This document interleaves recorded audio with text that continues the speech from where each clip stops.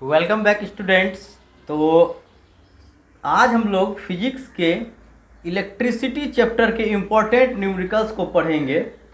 बहुत सारे स्टूडेंट्स को न्यूमेरिकल में परेशानी होती है और ख़ासकर इलेक्ट्रिसिटी चैप्टर जो होता है, इस इलेक्ट्रिसिटी चैप्टर में स्टूडेंट्स को ज़्यादा प्रॉब्लम हो रही है।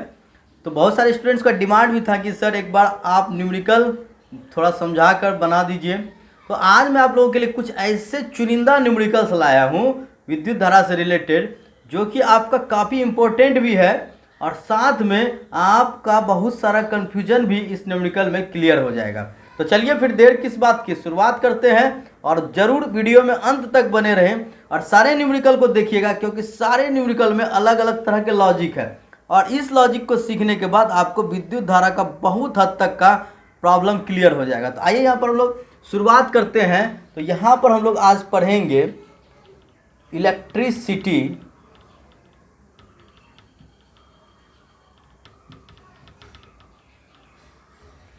न्यूमेरिकल्स।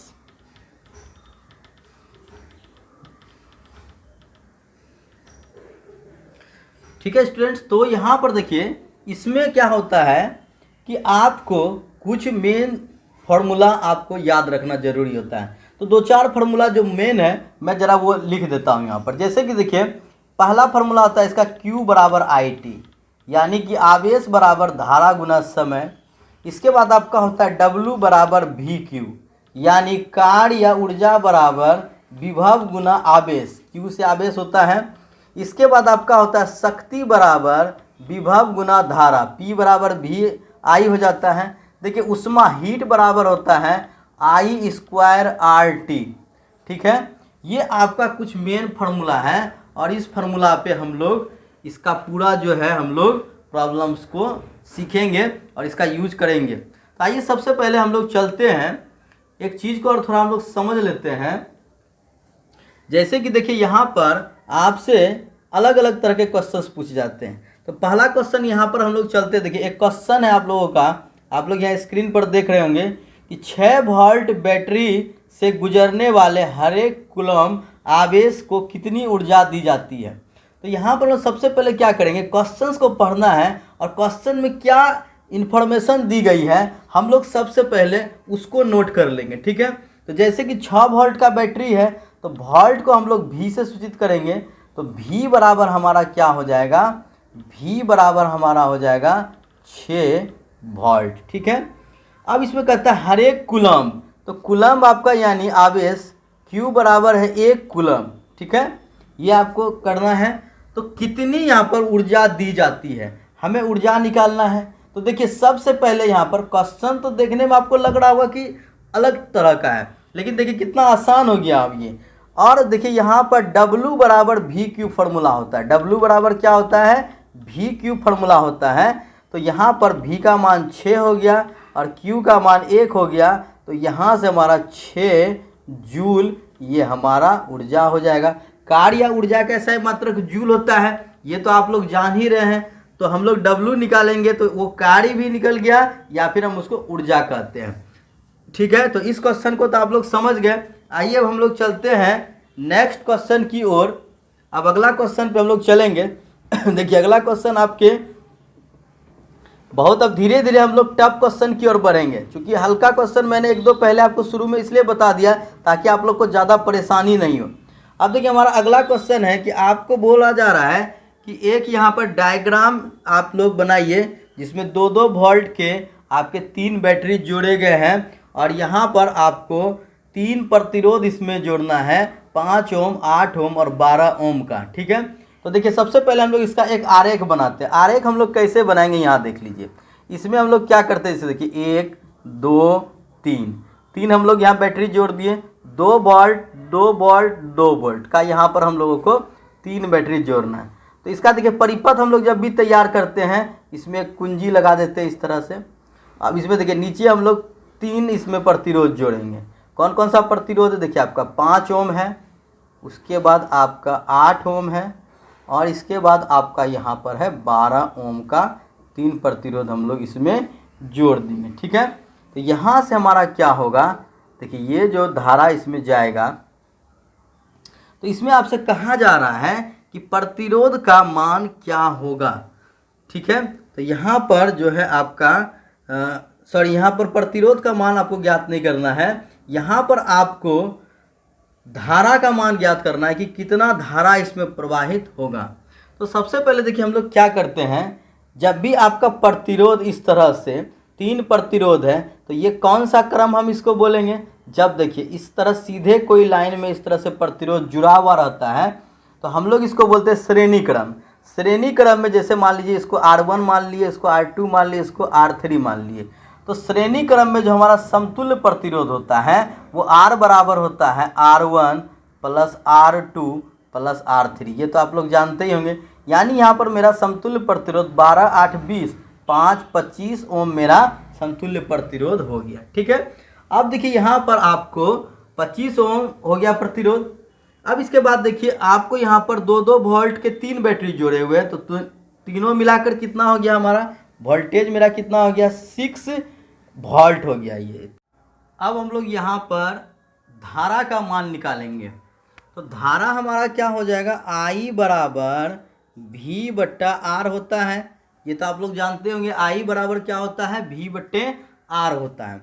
तो यहाँ पर हम लोग देखिए V का मान हमारा 6 हो गया और हमारा R का मान 25 हो गया, तो 6/25 करेंगे तो 0.24 एम्पियर ये हमारा हो गया आंसर। यानी कि इस जो परिपथ है इसमें कितना धारा प्रवाहित हो रहा है, तो इस परिपथ में हमारा 0.24 एम्पियर धारा प्रवाहित हो रहा है। क्लियर है। चलिए तो अब हम लोग अगले क्वेश्चन की ओर बढ़ेंगे।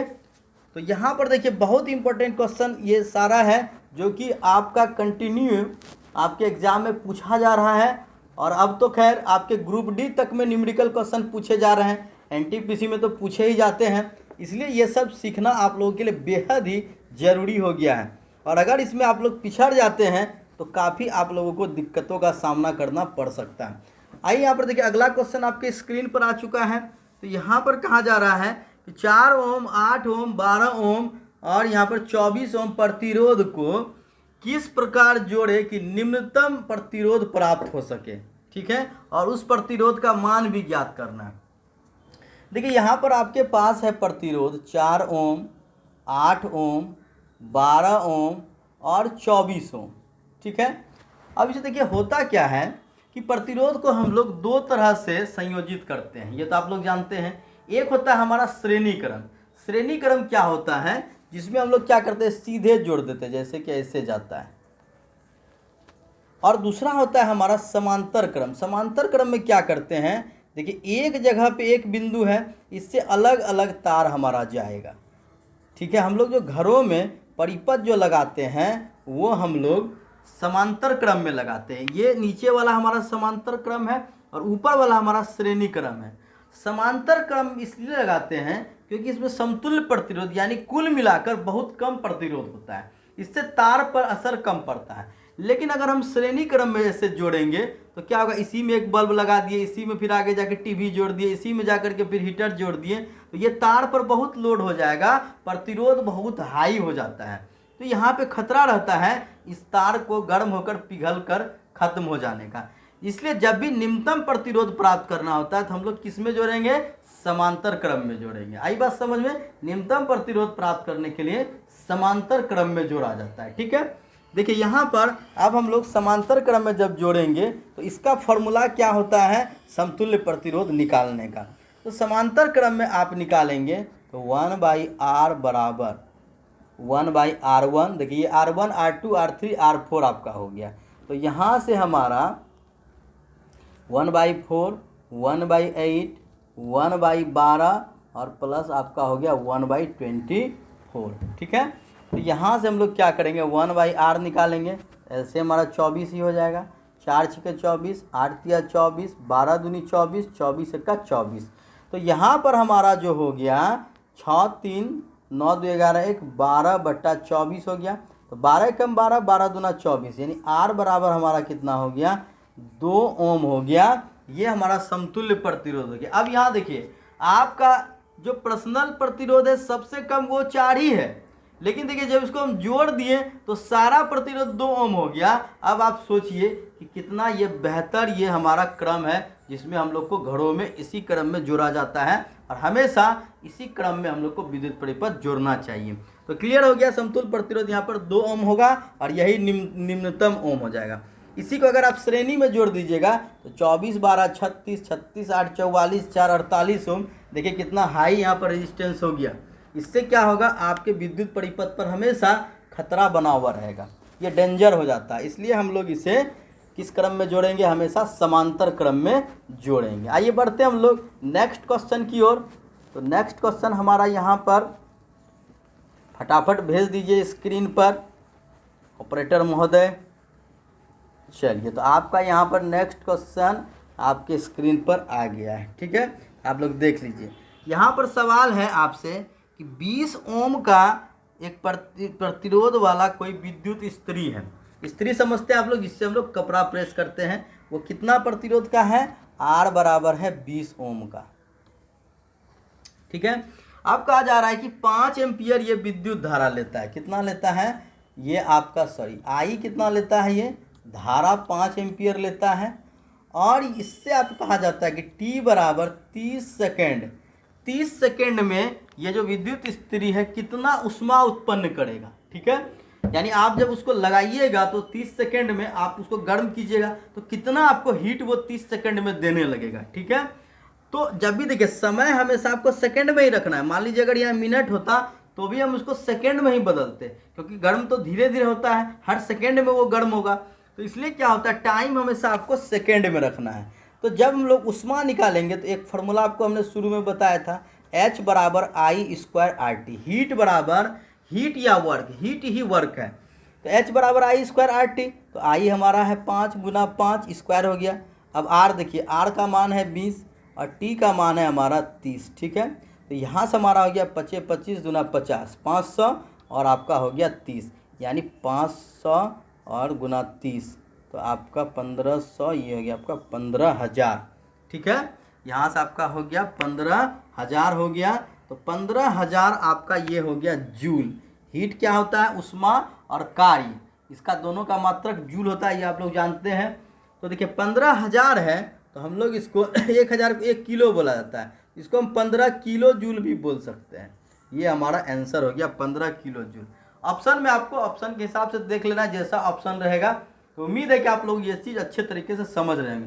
देखिए मेन बात होता है कि हम लोगों को सवाल को भी समझना पड़ता है। ऐसा नहीं कि हम फार्मूला रट लेंगे तो हिसाब बन जाएगा, ऐसा नहीं होता है। हिसाब बनाने के लिए आपको हिसाब का कंसेप्ट को समझना होगा, वो क्या कहना चाहता है, वो क्या निकालने के लिए हमसे बोल रहा है, ये चीज़ समझना जरूरी है, तभी आप जाकर हिसाब बना सकते हैं। तो चलिए फटाफट अगला क्वेश्चन भेज दीजिए यहाँ पर हमारा। चलिए अगला क्वेश्चन हमारा भेज दिया गया है। देखिए अगला क्वेश्चन क्या है कि कोई विद्युत मोटर है, मोटर, अब देखिए तभी हम लोग आयरन की बात करें तब यहाँ पर हमारा क्या आ गया, यहाँ पर हमारा मोटर आ गया। ये 220 वोल्टेज के विद्युत स्रोत से जुड़ा हुआ है। देखिए वोल्टेज यानी वोल्टेज हो गया 220, इसको हम लोग भी से, इसका जो मात्रक होता है वोल्ट होता है। और इसके बाद कहा जा रहा है कि इसको हम लोग 5 एम्पियर विद्युत धारा लेता है। ये भी आपका धारा कितना ले रहा है, ये भी आपका 5 एम्पियर ही आपका धारा ले रहा है, ठीक है। अब इसके बाद बोलता है कि मोटर का शक्ति निर्धारित करना है और साथ में बताना है कि 2 घंटा में ये कितना ऊर्जा लेगा, यानी आपका कितना यूनिट ये उठा देगा बिजली बिल, ठीक है। आप लोग सोचते हैं ना कितना मेरा मोटर जला तो कितना मेरा बिल आना चाहिए, कितना यूनिट हुआ। चलिए तो यहाँ पर हम लोग को पावर भी निकालना है, P बराबर वाट। इसके बाद वर्क निकालना है, वर्क यानी वर्क ही आपका क्या हो गया, कार्य और ऊर्जा, यही हो गया। तो सबसे पहले हम लोग यहाँ पर क्या करेंगे, देखिए इसका फॉर्मूला पे हम लोग समझिए। देखिए जब भी आप शक्ति निकालते हैं तो आपको हमने शुरू में बताया था कि शक्ति का जो मात्रक होता है P बराबर VI होता है, ठीक है। P बराबर क्या होता है हमारा, VI होता है। तो V हमारा कितना है यहाँ 220 है और यहाँ पर I हमारा कितना है 5 है। तो 220 पंचे आपका 1100, ये आपका हो गया वाट। देखिए शक्ति का मात्रक वाट होता है। इसमें देखिए सब चीज़ पे भी ध्यान देना, आपका ऑब्जेक्टिव क्वेश्चन में मात्रक भी पूछा जाता है, इसलिए मात्रक भी आपको जानना बहुत जरूरी है। तो 1100 वाट है। अब यहाँ पर देखिए शक्ति तो हमने निकाल दिया। और देखिए कोई भी चीज़ जितना वाट का आप घर में लगाते हैं, आपका वो कितना घंटा जला उसको घंटा से मल्टीप्लाई कर दीजिए, वही आपका उपभोग ऊर्जा होता है। कहने का मतलब है कि देखिए अब ये आपका जो मोटर है वो 1100 वाट का हो गया। 1100 वाट का अगर हो गया और यहाँ पर हमें ये कहा जा रहा है कि 2 घंटा में ये कितना ऊर्जा का उपभोग करेगा, तो 2 घंटा से मल्टीप्लाई कर देंगे, यानी ये ऊर्जा जो होगा W बराबर आपका हो जाता है शक्ति गुना समय, यानी 1100 गुना 2, यानी कि ये आपका 2200, इसको बोलते हैं हम लोग शक्ति वाट समय घंटा, 2200 वाट घंटा हो गया। लेकिन देखिए आपका जो यूनिट होता है वो किलोवाट घंटा होता है। 2200 है, इसका मतलब 2200, तो 2000 का आपका 2 यूनिट हुआ। तो इसको हम लोग क्या करेंगे, 1000 से भाग देकर इसको हम लोग क्या करेंगे, यूनिट में बदल देंगे। कितना यूनिट हो जाएगा, तो 2200 बट्टे 1000 कर दिए, तो ये हो गया KWH। और KWH यानी किलोवाट घंटा को हम लोग यूनिट बोलते हैं। तो यहाँ से ये कट गया, तो आपका हो गया 2.2, ये आपका यूनिट हो गया, यानी किलोवाट घंटा या यूनिट। आपका यहाँ पर जो ये मोटर 2 घंटा चला तो कितना यूनिट उठाया, 2.2 यूनिट आपका यहाँ पे उठा दिया। अब जितना यूनिट होगा उस हिसाब से आपका बिल बनेगा। तो समझ गए होंगे आप लोग कि हम लोग ऊर्जा कैसे निकालते हैं, कैसे उपभोग होता है, उसको हम लोग कैसे परिकलित करते हैं। तो चलिए बहुत सुंदर, यहाँ पर हम लोग इसको समझ गए। और देखिए इस तरह के प्रॉब्लम्स ही अक्सर पूछे जाते हैं आप लोग के एग्ज़ाम्स में, ठीक है। चलिए आइए आगे, कुछ और भी हमारे पास बहुत इंपॉर्टेंट कुछ और भी न्यूमेरिकल्स हैं। ज़्यादा लंबा क्लास नहीं लेंगे, यहाँ पर आपका ज़्यादा लंबा भी नहीं होगा, लेकिन आपको थोड़ा धैर्य रखना है। जो इम्पोर्टेंट न्यूमेरिकल है उसको कम से कम आप लोग सीख लीजिए, ठीक है। चलिए अगला क्वेश्चन भी हमारा यहाँ पर भेज दिया गया है। तो यहाँ पर देखिए, किसी विद्युत बल्ब का अनुमतांक 220, देखिए बल्ब जब भी आप लीजिएगा तो बल्ब पे आपका हमेशा लिखा हुआ रहता है 220 वोल्ट 100 वाट, इस तरह से आपका यहाँ पर लिखा हुआ रहता है। आप जाइएगा, पहले 100 वाट का बल्ब चलता था, अब तो खैर जब से LED आ चुका है तो 5 वाट 7 वाट का ही बल्ब होता है। पहले जो येलो कलर का बल्ब जलता था, ये आप लोग देखते होंगे, वो 100 वाट का होता था, 200 वाट का होता था। तो ये हो गया आपका। अब देखिए इसे 110 वोल्ट पर प्रचालित करते हैं, तो इसके द्वारा उपभोग शक्ति निकालना है, ठीक है। तो यहाँ देखिए इसको हम लोग, ये 220 और ये आपका है 100 वाट, ठीक है। तो यहाँ पे हम लोग को बताया जा रहा है कि ये जो है V बराबर 110, लेकिन है तो ये 220 वोल्ट का, लेकिन हम लोग इसको 110 वोल्ट पर अगर लगाएंगे तो आपका शक्ति हमारा यहाँ पर कितना शक्ति इसके द्वारा उपभोग होगा, ठीक है। इसका शक्ति हम लोग को निकालना है, ठीक है। तो यहाँ पर देखिए सबसे पहले शक्ति P बराबर होता है VI। P बराबर हमारा क्या होता है, VI होता है। ये फॉर्मूला आप लोग शुरू में जान चुके हैं। तो V तो मालूम है, हम लोग को पहले I का मान निकाल लेना होगा। तो यहाँ पर देखिए आपका यहाँ पर 100 वाट और 220 वोल्ट दिया हुआ है, ठीक है। तो चूँकि आपका शक्ति P बराबर होता है VI, ठीक है। तो यहाँ देखिए आपका P भी दिया हुआ है, V भी दिया हुआ है, इससे हम लोग I निकाल लेते हैं। तो I बराबर हमारा हो जाएगा P बट्टे V, यानी 100 बट्टे 220। तो यहाँ से हम लोग 0 0 कटा लेते हैं, 2 पंचे 10, 2 से 11 बार में, यानी 5 बट्टे 11 एम्पियर, ये हो गया हमारा I का मान। अब यहाँ पे हम लोग क्या करेंगे, देखिए अब 110 वोल्टेज पर जोड़ते हैं, तो यहाँ से हम लोग को निकालना है शक्ति। तो शक्ति हमारा क्या होता है, P बराबर VI होता है। तो V हमारा हो गया 110 गुना I हो गया 5 बट्टे 11, तो 11 दाही 110 और 10 पचे हमारा हो गया 50 वाट, ये इसका शक्ति होगा। देखिए अब इसमें एक चीज़ और आपको समझना है कि जैसे देखिए यहाँ पर हमारा पहले 220 वोल्टेज से हम इसको जोड़ के रखे थे, इस बल्ब को। बल्ब का जो शक्ति है वो आपको पूरा जो 100 वाट यूज करेगा कब, जब आप इसको 220 वोल्टेज पे जोड़िएगा। लेकिन आप इसको जब 110 वोल्टेज पे दीजिएगा तो ये आपको पूरा रोशनी नहीं देगा, और पूरा रोशनी नहीं देगा तो इसका शक्ति भी, जैसे कि अगर आधा ही वोल्टेज दे रहे हैं तो ये आधा ही शक्ति देगा। इसलिए आपका क्या होगा, अगर 220 पे 100 वाट था तो 110 पे क्या हो गया, ये 50 वाट हो गया। तो समझ गए होंगे बात को। यहाँ पर ये जो शक्ति है आपका यहाँ पर कितना हो गया, 50 वाट हो गया, ठीक है। तो क्लियर हो गया आप लोगों का। चलिए अब अगला क्वेश्चन की तरफ हम लोग जाते हैं। अगला क्वेश्चन देखते हैं क्या आ रहा है हमारा। देखिए अगला क्वेश्चन यहाँ पर अब आपका आ चुका है कि 176 ओम प्रतिरोध प्राप्त करने के लिए कितने प्रतिरोधों को श्रेणी क्रम में जोड़ना चाहिए ताकि 220 वोल्ट स्रोत से जोड़ने पर 5 एम्पियर धारा प्राप्त हो। तो सबसे पहले यहाँ पर देखिए हमें टोटली जो प्रतिरोध प्राप्त करना है वो 176 ओम प्राप्त करना है, लेकिन यहाँ पर हमारा जो ये आपका स्रोत है वो है वोल्ट यानी 220 वोल्टेज है वोल्ट, ठीक है। और धारा कितना प्राप्त करना है, हमें 5 एम्पियर प्राप्त करना है। तो सबसे पहले हम लोग ये निकालेंगे कि हम लोग का प्रत्येक प्रतिरोध कितने वैल्यू का होगा।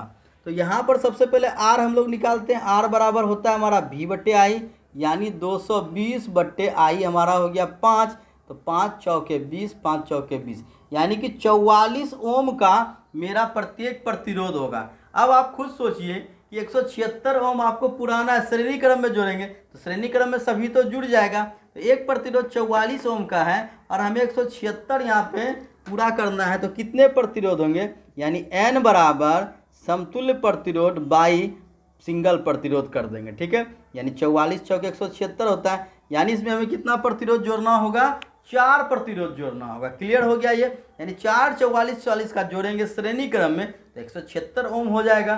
तो उम्मीद है कि आप लोगों को ये सब समझ में आया होगा और ये सेशन आप लोग को ज़रूर पसंद आया होगा, और ऐसे ही और भी सेशन आप लोगों के लिए मैं लाते रहूँगा। अगर आप लोग कमेंट में डिमांड करेंगे तो उस हिसाब से मैं आप लोगों के लिए और भी लाऊंगा, अच्छे अच्छे क्वेश्चंस, अच्छे अच्छे आप लोगों को सॉल्यूशन सिखाऊंगा।